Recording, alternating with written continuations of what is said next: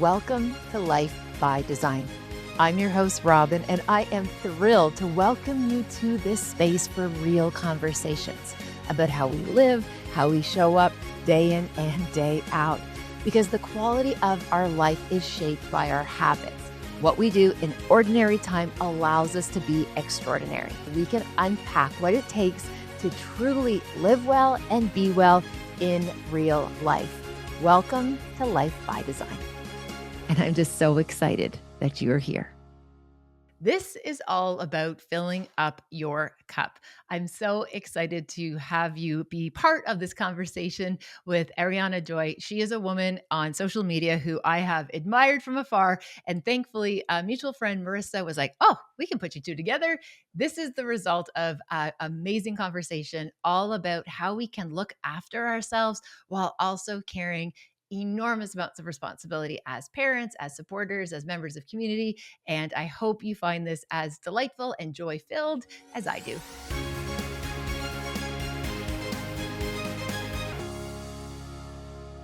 I'm excited to bring some joy into your day, and it's happening with this conversation with Ariana. Thank you so much for joining us on the podcast today. Of course. Thanks so much for having me. I'm so excited. Well, I appreciate that because I'll share with you when your information, when your content, when your ideas, when your like real world updates come across my feed, I always am left smiling. Like you are Oh, just such a good dose of joy and hope in a very noisy world of social media. And I know that's just one of the things you do. So can you tell our listeners a wee bit about the work that you're doing right now and yeah. just the good stuff you're putting in the world? Well, first of all, thank you for saying that. It's so nice to hear because sometimes when you're creating content, you don't really know, like, is this annoying for people? Is this fun for Yeah. people? Is this what they want to see?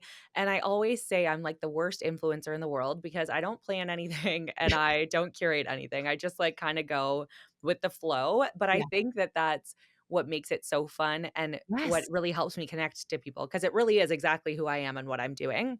Yeah. And so, yeah, it's been so fun. So that's mostly what I do is content creation, Yeah. influencer work. I post on Instagram, sometimes TikTok, but not very much. Yeah. And I also have two podcasts. So I Mhm. have Your Cup of Joy, Yes. which was like an extension of my Instagram and just a way to speak in longer format about issues or topics or things that I think need a little more space than a 60-second reel. Yeah. And then the other podcast, I often say I live two lives Yeah. because my other podcast is with my best friend Renee and it's called Friend of and it's Yeah. reality TV recaps Mhm. and interviews and it's just so much fun pop culture. We just Yeah. talk about things going on in the world and it's like a very fun little outlet of me apart from Yeah. parenting.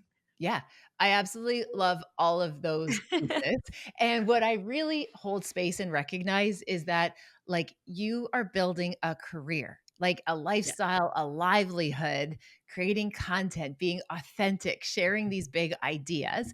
And I'm sure, like, I know myself, I'm just so curious, like, how do you build careers like this? And I know it's so interesting that we like jump into seeing you where you are now with a remarkable followership. You have this amazing community. You have all Mm. of these supporters, but you didn't start there. Obviously, none of it. So, like, how does someone even begin to create this as a way for a livelihood and a lifestyle? Yeah, that's a great question. So I kind of fell into it. I had a friend who was in the influencer space way back before it was like really a big thing. It was Yeah. so new then.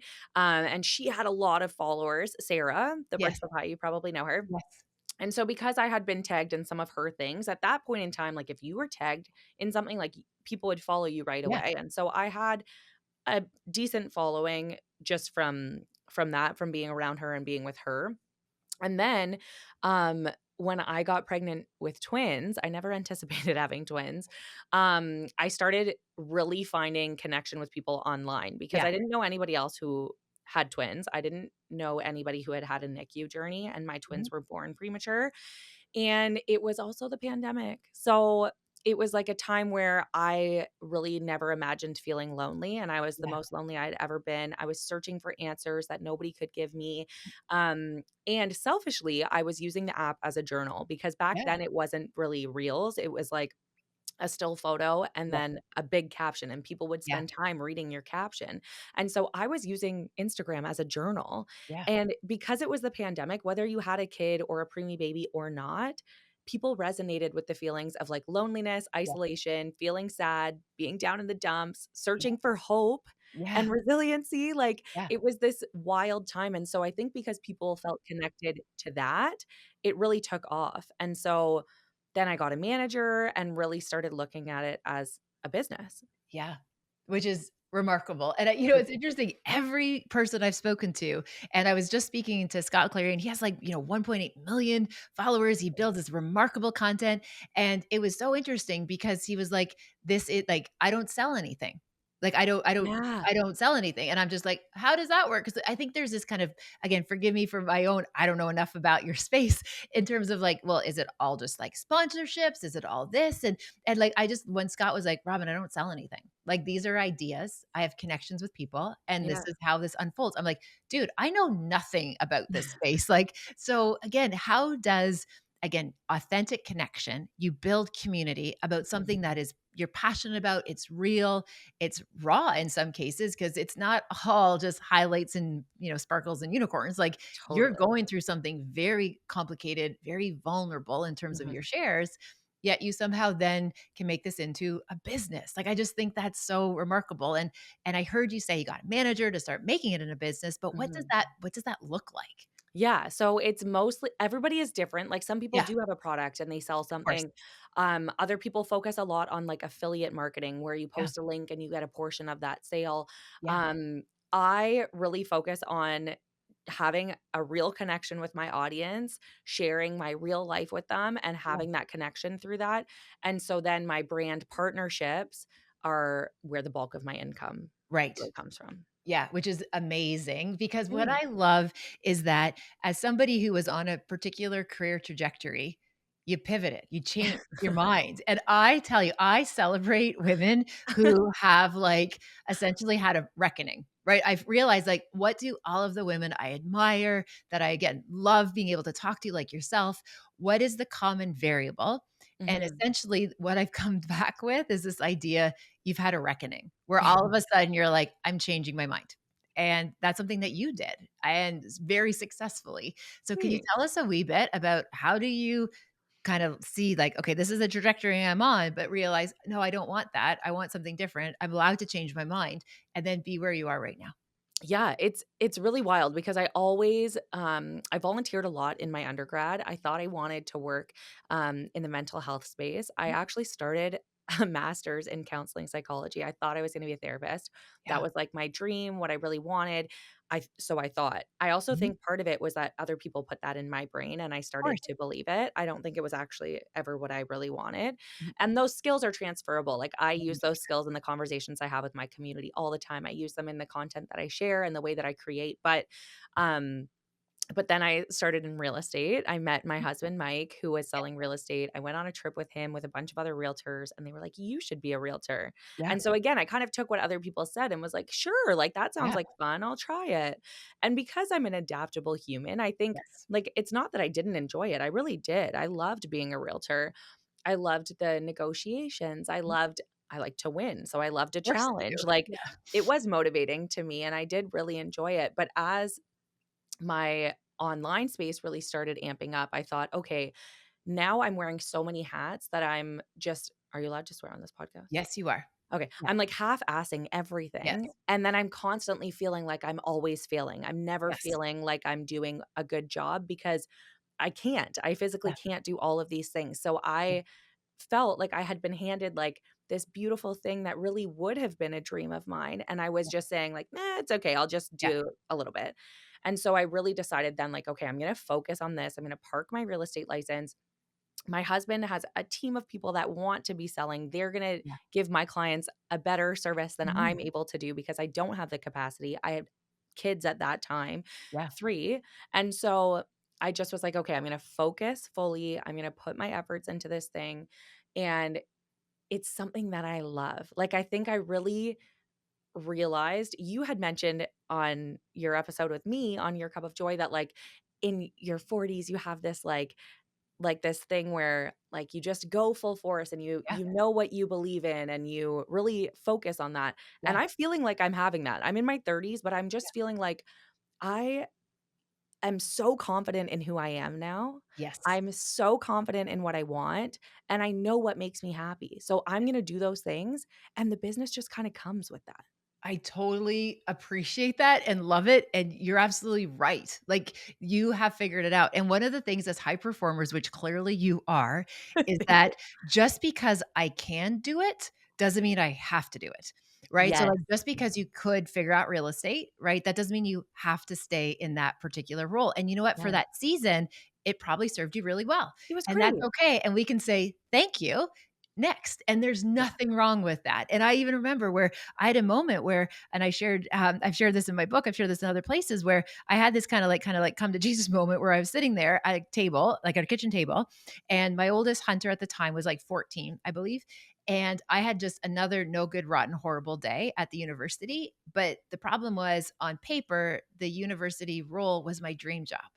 It's like I went from high school dropout to a full-time permanent position at university. Like everyone on the outside would look at this and be like, wow, what a comeback story. She's living the dream job. Mhm. And it was the dream job for a season, Mhm. but it got to a point where it literally was killing me. Like it literally, my health was deteriorating, like all this Yeah. stuff was going wrong. And I remember Hunter saying to me, he's like, Mama, you have a rough day. I go, yeah, it was another like terrible day. There's probably a lot of cursing involved in that description. And then he said, hey, you know how you told me when I was younger? And I love when the teenager does that like time travel. Like, do you remember when I was younger? It's like, dude, you were 14. It Yeah, wasn't that you are long young. ago. Yeah. You are a young child. You still have collagen literally oozing out of your face. So I was just like, yes, I remember Hunter when you were young. And he said, and you told me that I could be anything and do anything I want when I grow up if I just showed up, had the right attitude, and put in the effort. And I'm like, yeah, Mm. 100%. And he said, why can't you? Like, why can't you chase down those big goals? And he's like, Mom, if like, I don't know why you're staying in this role. He's like, I would bet on you every time to look after my brother and sister and I. Aw. So he's just like, could you just do something different? That's something that makes you happy. And I remember like resigning my post at that point and just being like, holy, I'm allowed to change my mind. I'm Yeah. allowed to say, hey, thank you. And I want to try this thing, which feels so much more in alignment Yes. with how I wanted to be able to show up for my family and for myself. So I just love, again, when women have reckonings, because Yeah. on the other side, it's just real and it shows up in ways that I think none of us could even imagine. Totally, and you can succeed so much more when you're passionate about what you're doing, and it's not that I didn't love real estate, like you said, at that time in my life, it really did serve such a good purpose, I really Yeah. loved it, but as I had kids and other responsibilities and wanted more flexibility in my timing and to be Yep. home for dinner with them, like, I was allowed to change my mind, and it went from this, "Oh, I'm supposed to love this," like, Yeah. a lot of people would really be so happy in this space, Yeah. like, just because they are doesn't mean that I have to be, and it was Yeah. like a really, like, true feeling where I was like, "Okay, I'm allowed to want to Yeah. do what makes me happy, and it doesn't Yeah. make me like a failure or a bad person. I can change my mind." Yeah. But And it took I a long time for me to get there. Oh, we totally do. There's work, there's therapy, there's work, there's coaching, there's a really great group of women around us that help us step into those moments, right? Like, Totally. we're not meant to do that alone, and that's one of the biggest when I know personally when people say like, "How did you do that shift?" Like, it's you're stepping into the unknown, you're giving up security, you're giving up that kind of known trajectory. Yes. It's because I had the right people around me. Yeah. Because when we have the right people, whether it be friendships, partners, even our kids, when we Yeah. know how to make what matters most, it does make a really big difference. We can't It's do this so alone. true. Yeah, Yeah. I love that. So while you're having this explosion of excellence in your new defined, there's not quite a job description for what I get to do, but kind of, but we make it up, which I love. Yeah. So you have this resume that's growing. You've also embarked on this remarkable health and well-being journey, right? Like, and Thanks. I love how when you're showing your clips at CrossFit, when you're showing your clips of these different competitions that you're doing, like you are literally beaming. Like you Thank are you. beaming because this isn't a woman who's trying to hate herself healthy. This is a woman who is tapped into something that works for you. Oh, thank you so much for saying that. how did you get there? Like, how do you get to the point where you are lifting these things, you are doing these workouts, you are competing, and like most people would be like, oh my gosh, I have to do this. And you're just Mm. like, you're living it. You're having the best time doing these things that we know have a benefit to your body, but also your psychology and all the good work you're doing.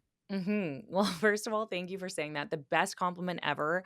And I get this message time and time again, like, girl, you're glowing. And Yeah. it's like, when you're pregnant and people are like, oh, you're glowing because you're so Yeah. happy. Like, this feels like that.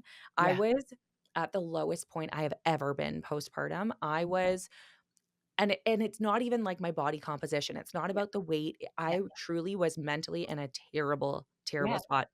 I lost who I was. I had no idea what I enjoyed doing anymore. I had no hobbies. Mhm. I thought to be a good mom, you had to give 100% of yourself away to your kids. Yeah. I really, truly, I don't know if that was modeled to me or if I had heard that somewhere or what put that in my mind, but I truly believed I Yeah. had to give up everything in order to be a good mom. And all I wanted to be was a good mom. Mhm. And so I had completely lost myself and I was not a good mom. Like then Yeah. I was like having a shorter temper. I Mhm. was depressed. So I wasn't able to like get up and cook the meals I wanted Yeah. to. I wasn't baking for fun anymore. Like I was doing the bare minimum because I had to Yeah. and hating myself. Like Yeah. it makes me cringe to say that, but I really truly looked at myself and thought like, who am I? Yeah. And it was that moment where I was like, okay, something has to give because I can't be like this anymore. I was having extreme rage. I Yeah. was so upset all the time and I wasn't me anymore. Mhm. And so I thought, okay, like I need to make a change. And how am I going to do that? And truly, like I went to my doctor, I was prescribed medication Yeah. for depression. And she looked at me and she said, Ariana, a lot of people like are in this place. If Yeah. you take this medication, like it could help you. Yeah. Also, it because I was like, "I don't know if I wanna take something." She Yeah. said, "I'm giving you the prescription, but if you can find it in yourself to move your body in some way, to go for a walk, to go to the gym, if you can get off the couch and do those things, Yeah. you won't have to take this, and it will give you the same effect." Yeah. And I'll never forget her saying that to me because I did feel my therapist was like, "Go and fill that prescription. Yeah. That's like step Yeah. 1." So Yeah. I did, and it's still in my cupboard. I just cleared out Yeah. our medicine cabinet, and it's in there. Yeah. But I really took that as, okay, like, now I have 2 options. Either way, I'm gonna figure this out, but I'm gonna try option 1 first. I'm gonna really try my best to just 5 minutes a day move my Yeah. body, get up off the couch at the end of the night when I feel like I really can't, Yeah.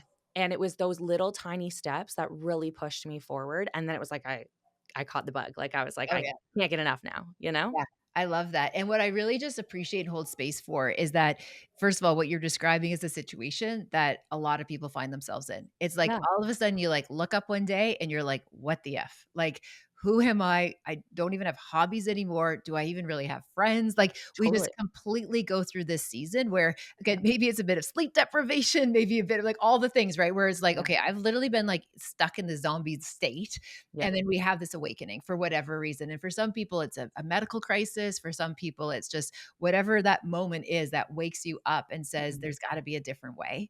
yeah, And what I just really hold space for is you shared that, like, you went to seek support, right? You didn't totally. try to sit there by yourself and white knuckle it. Mhm, And you know what? For some folks, they do take that med because it's the only way they can even get their foot into the door to start something.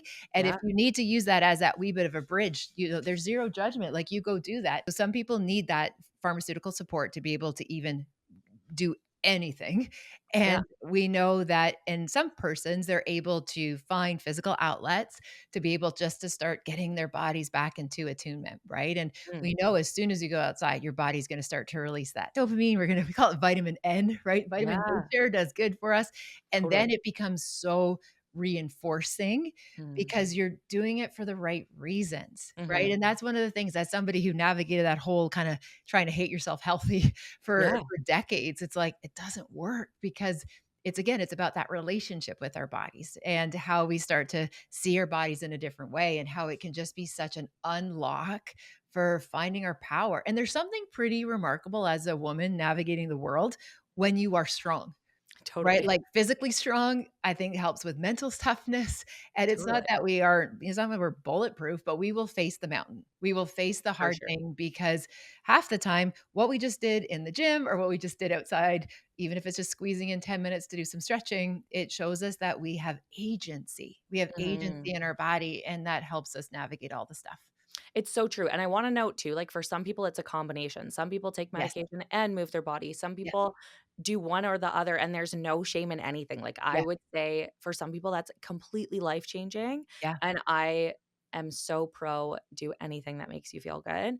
Yeah. Um But I also go back to it's so this is kind of crazy, but I had my second birth, but my third child Yes. was a home birth at home because my first birth was quite traumatic, and I, like, held my breath every time I went past the hospital.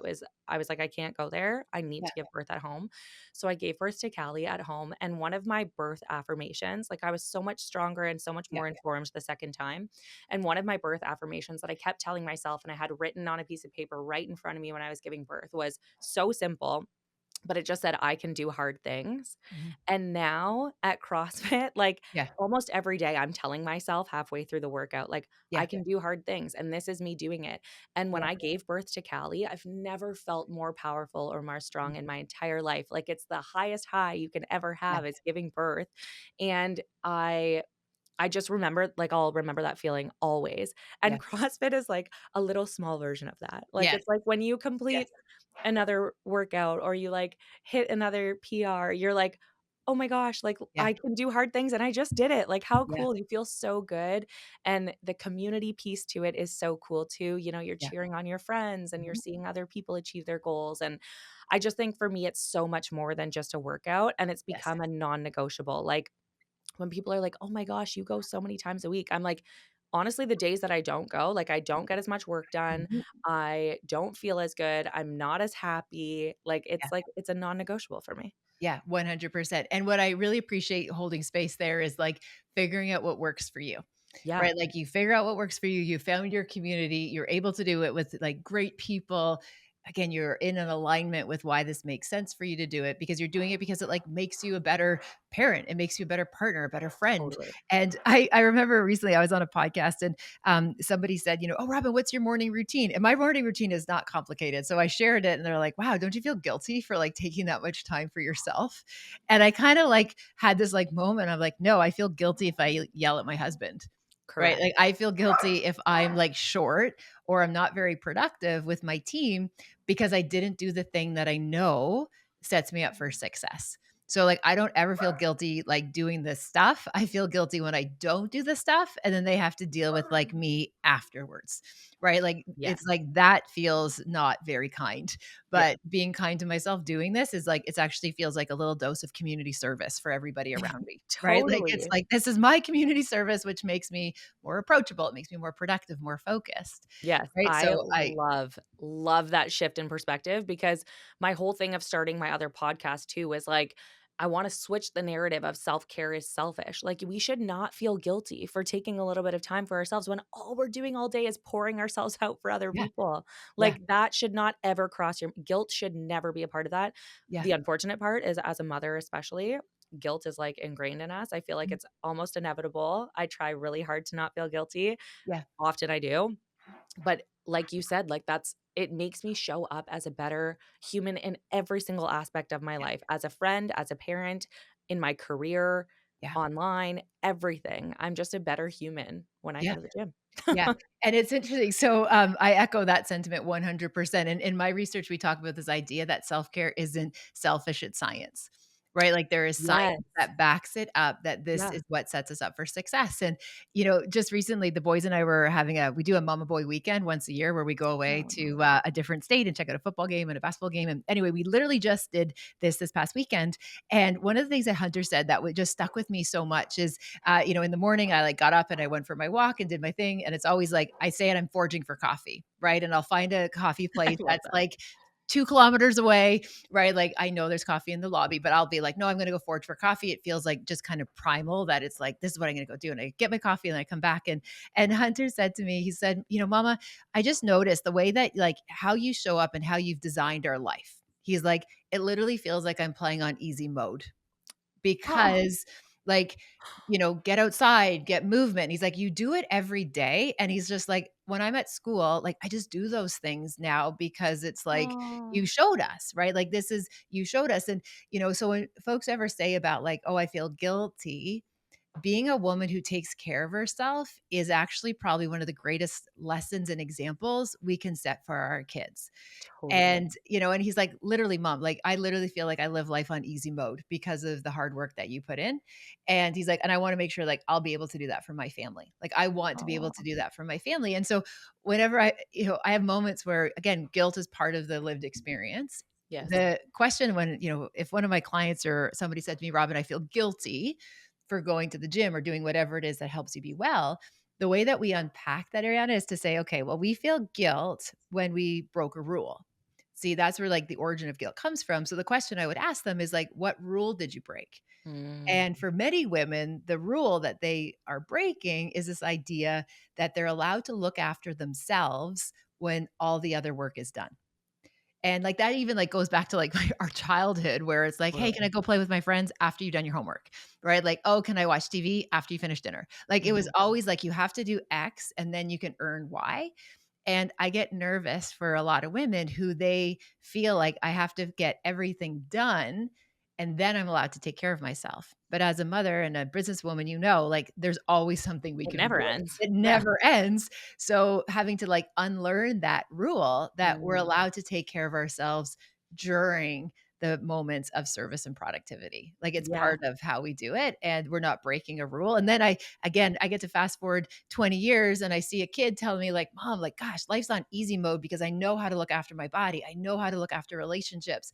It's just like because those are the things that I did when they were growing up. So you're giving Oh, your all 3 of your babies, you're giving them such an amazing example of what it takes to actually figure out life right now in 2025, 2026 when things feel really noisy and complicated. totally. I love that so much because when you're saying, "Oh, I can only do this after I do this or after everything else is taken care of," it's like your self-care becomes a reward. Like, you Yes. don't need to reward yourself just to take care of yourself, you know? That should be, like, the bare minimum, but Yeah. we really have to focus on switching that mindset, and it is very hard to do that. But I Yeah. think once you get in the routine of it and you Mhm. see the benefit, like, it's Yeah. one thing to hear it, but when you witness it, when you show up as a better mom, when you have a really great day, when you're so productive and so happy and you come home and you're not burnt out, Yeah. like, then you realize, "Okay, I can't stop doing this because it will Exactly. ruin my life," you know? Exactly, Yeah, absolutely. Well, you miss it, right? It's like totally. it's that same kind of like you crave what You it do. feels like to feel optimal, right? So I Totally. totally appreciate that. So again, there are so many different questions and curiosities I have for you. I feel like I could talk to you for days.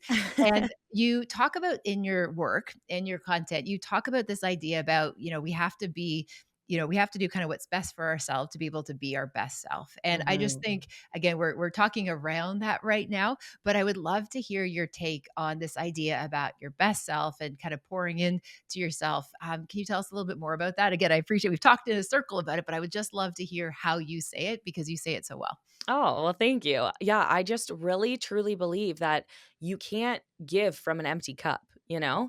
So if you're not really focusing on your needs, like, it sounds silly, but when I had the twins, I would literally hold my pee all day until somebody Yes. came home to hold Yeah. one of the babies so I could go pee. Yeah. And I'm like, that is like, I remember my therapist being like, Ariana, that's a basic necessity. Yeah. Like, you Yeah. have to stop holding your pee. And I Yeah. would be like in pain waiting for somebody to come home Yeah. to hold a baby. And I'm thinking, like, why was I doing that? Then I wasn't giving intentional great time to these kids. I was just like suffering in silence. And so I'm really now reflecting back on that and realizing like I am the best version of myself. I'm the happiest that I can be when I'm taking care of me. And a lot of that now is focused on like physical things, Yes. but a lot of it is also mental. Like sometimes it's just like taking a minute to drink a hot coffee. You know, when I started on this, what I call my wellness journey, Yeah. it was like I could sit here and have, like, a little bit of a lunch break, or I could Yeah. go for, like, a five-minute walk with a Yeah. coffee and feel Yeah. so full of life after that. Like, when I really reflected and realized how much happier I was Yeah. from just something so little, I Yeah. realized, like, "Okay, this is much more simple than I'm making it out to be." You know, Mhm. I don't have to Yeah. recreate who I am, I just have to treat Yeah. myself with a little bit of respect. Yeah. And then I started to realize, like, I would never say the things I'm telling myself to my friends Mhm. because I don't believe it. So why am I having such negative self-talk to me? So I really honestly turned it back to respect and love. Like we talk Yeah. about self-love, but this concept is very hard when you're so low. But if we look at it as respect, Mhm. I think it's much easier to treat human beings with respect than love. Love is like Yes. the next level of Yeah. that. I sometimes think a bit of them are the kind of overlapping, Yeah. but I really just started to think like, okay, I need to respect myself. If I don't respect myself, how can I expect other people to Yes. respect me? Yeah, you're absolutely right. And we talk about that in my research around this idea about self-stewardship. And Mm, stewardship really invokes the sense that we have a moral responsibility, right? And if I say my number one thing in life is being a parent to my 3 kiddos, I have a moral responsibility to take care of their mom, right? Like totally. I have this moral responsibility to look after me, and because as again, as you've described, when we look after ourselves, it just everything becomes a lot easier, right? Yeah. Everything becomes more in a line. How do you navigate, for example, when and I this has recently happened to me when I was doing work down south and someone's like, almost like you're too happy. Robin. Mm. And I was just like, "I love that you think I'm too happy." Like, I actually was just like, "Interesting." And they're like, "Your life really can't be that great." And I'm like, "It actually is." Like, I've Aw. had dark seasons, like, don't get me wrong. I've navigated very tumultuous seasons on so many different fronts, and I appreciate everything on such a visceral level. Like, what you were describing around that hot coffee, 5 minutes, I'm like, "Ooh," like, I could feel how awesome that is, right? Yeah, Like, the little things bring me, like, the deepest joy, same, yeah. and the littlest hurts hurt really deep as well, right? So Totally. it's a double-edged sword where it's like the little things make me so happy, and the little things hurt me so much, and Yeah. that's just how I show up in the world, and I imagine as somebody who literally has built their content around joy, there's gonna be some people out there that are just like, "Really? Like, life is hard. Like, what are you doing bopping around, being happy, healthy, living your best life, living your dream, lifting heavy things, drinking coffee, having a beautiful family? Like, how Mm. dare you be great right now?" How do you even respond to that? Yeah, I think a lot of the time I share the negative too. So Yeah, I do share a lot of, like, the hard times. I'm really open with, um, my life, the struggles, and the benefits. yeah, I would say the negative things that I get aren't often like, "Oh, how are you so happy?" It's more like, yeah. "Oh, I wanna be like that," which just Aw, of amps me up and inspires course. me because Yeah, it's like once you drink the Kool-Aid, like, you want yeah. everybody to get this. I just want Yes, everybody to feel the way that I feel now, yes, especially if you are where I was, 9 months ago. yes. So I don't so much get that, like, "Oh, you're so happy, must be Yeah, nice," kind of thing. I yeah, do get a lot of, um like haters, I guess, because yeah, that's the online space. yeah. And sometimes that's hard to deal with, but I often think it depends on what's going on in my life at the time. If Mhm. I'm in like a low um space or mental state, then it hurts me a little bit more than if I'm Fair. happy and I can just brush it Yeah, off. yeah. I do think I just try to really showcase that like two things can be true. Like I always Okay. remember that I can be having a hard day and also still be like happy. Yeah. And I really, really try to just showcase to people like you can give yourself grace. You Yes. can be happy, you can be having a bad day, but as long as you're treating yourself with respect and showing yourself a little bit of grace, like life is hard. Things Yeah, are hard. yeah. Things are not always like rainbows and butterflies, Mhm. but I think it does go back to finding the joy in every moment, in 100%. like these little things and really remembering like the life I'm living now is the life I wanted 5 years ago. Yes. So, I like, love I that. need to be happy and content with that. Like, Yeah. that's incredible, and so always having that, like, perspective and kind of reflecting. I live a very, very busy life, but I Mhm. really try to hold space to reflect and realize, like, "Look what's happening. Look where I am. My kids are healthy." Like, for Yeah. so long, I thought, like, "Are they ever gonna recover from being preemies? Am I always gonna have that to kind of think about and look after?" Like, I just try to really practice gratitude Yes. and yeah, reflect Yeah. on life. I love that. I absolutely love that, and you're absolutely right, and I do appreciate even how you share some of the struggles.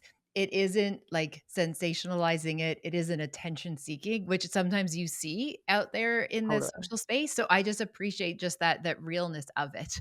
Oh, And I think that's really refreshing. I remember recently, I saw a comment on a post that I had done, and it was not very nice. And it was funny. I was like literally sitting out front of Starbucks, and Jax was beside me, and I just had my coffee, and he's like, "Mama, what happened?" And I'm like, "Oh, I just read something that wasn't very nice." And he's like, "Who do I have to go f up?" And I like burst out laughing, and I'm like, "Nobody, buddy." And he's like, "Mom, I'm still like, I would get hit with juvie. Like I'm 17. I'd get hit with juvie." And I like literally burst out laughing. And it's just like, and now it was funny because another, comment was made, and I like started to laugh just remembering how like Jackson was just like, "Who am I going to F up?" And it's like, totally. and obviously he isn't, I'm not encouraging violence, obviously, as a Of mother, course. but it was just like this moment where it's just like a radical reset on what matters most. And the fact Totally. that I'm safe, I'm in my car, I'm with my little bestie, we're out on our way to a ball game. I have this little thug beside me, right? Like it was Yeah. all the things where I was just like, yeah, we're good. We're good. Yeah. But again, as you said, if you're not feeling well resourced, right? Or where Yeah. you are in a particular moment or a day or a big feeling, and sometimes there's that wee bit of judgment or negativity that comes in, especially Mhm. when you are so open. Like we want to be gentle with ourselves in those moments. Totally, and I think it definitely depends on, like, where I'm at when I read these messages as to how Yeah. it impacts me for sure.